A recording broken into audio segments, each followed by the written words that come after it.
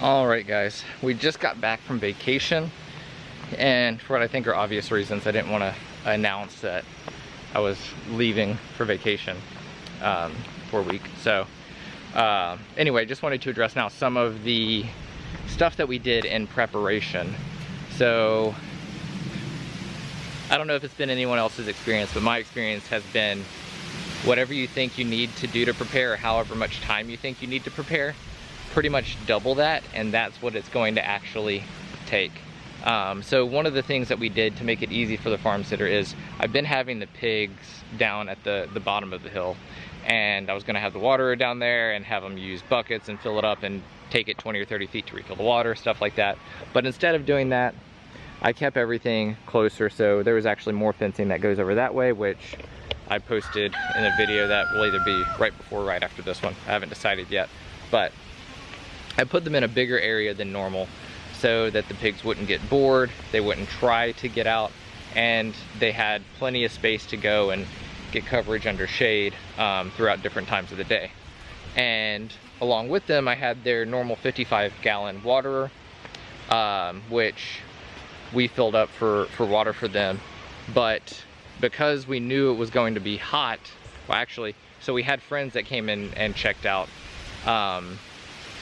the property a little bit in addition to our farm sitter, and I think the pigs were getting pretty toasty. So something we should have done that we didn't do in the beginning was there's a stock tank sitting over there, and we had them put the stock tank over and fill it up with water, because what happened is I think the pigs knocked over the water to create themselves a wallow, and that caused a little bit of headache, because then it had to be, of course, set back up again.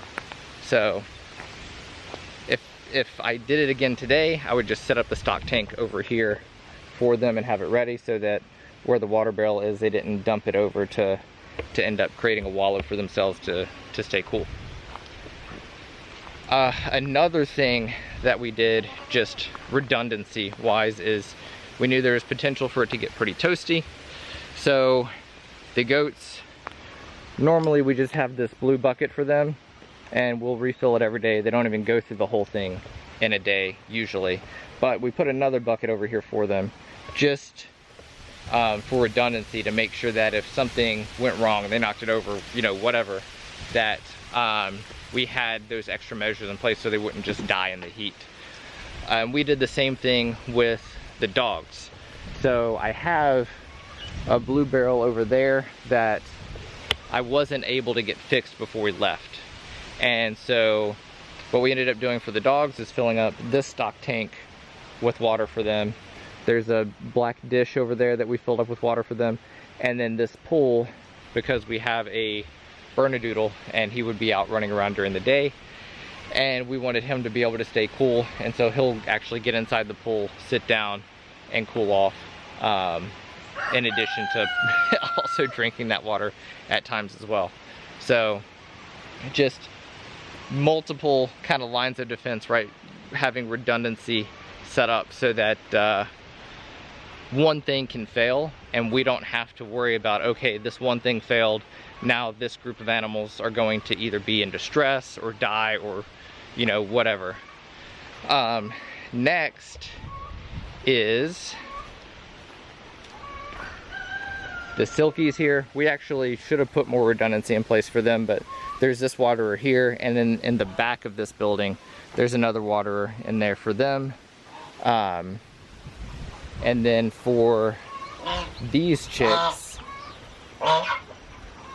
we have, I mean, there's a bunch of chicks in here.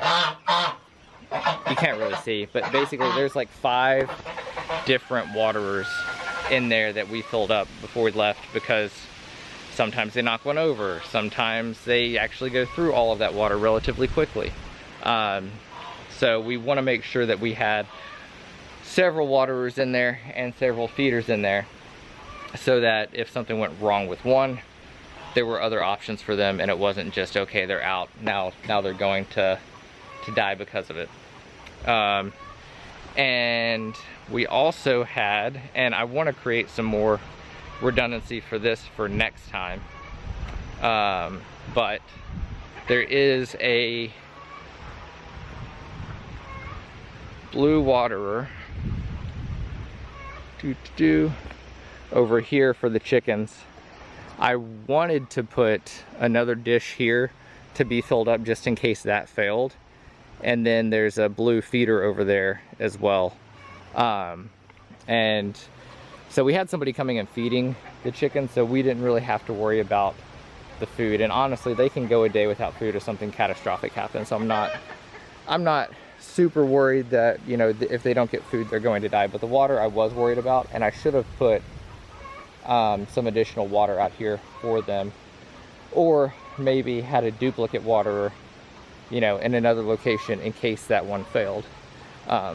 So those are kind of the things that we did to kind of prepare and build some redundancy in some areas, and things that we kind of learned as we went being gone for vacation that we could or should have done better. So just kind of in review, because the pigs were so hot, should have put the stock tank over there for them and had it filled up with water, so they wouldn't knock over the water barrel. And honestly, looking back, I probably could have set up a second water barrel as well, just in case one of them ran out. For the goats, we had a couple buckets set out for them just in case there was an issue with one of them. Oh, for the pigs, we also had a bigger area fenced in so they had more forage and they wouldn't get bored as easy. For the dogs, we had really 3 waterers, one of which was a pool for the dog to cool off in, set up for them. And then we had several waterers in there and 2 feeders for the chickens that are in this shed over here.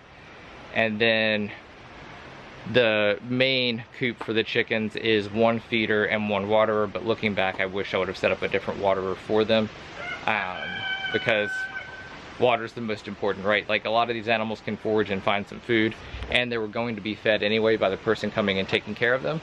But if that person leaves and the water gets dumped out early in the morning, then they have nothing.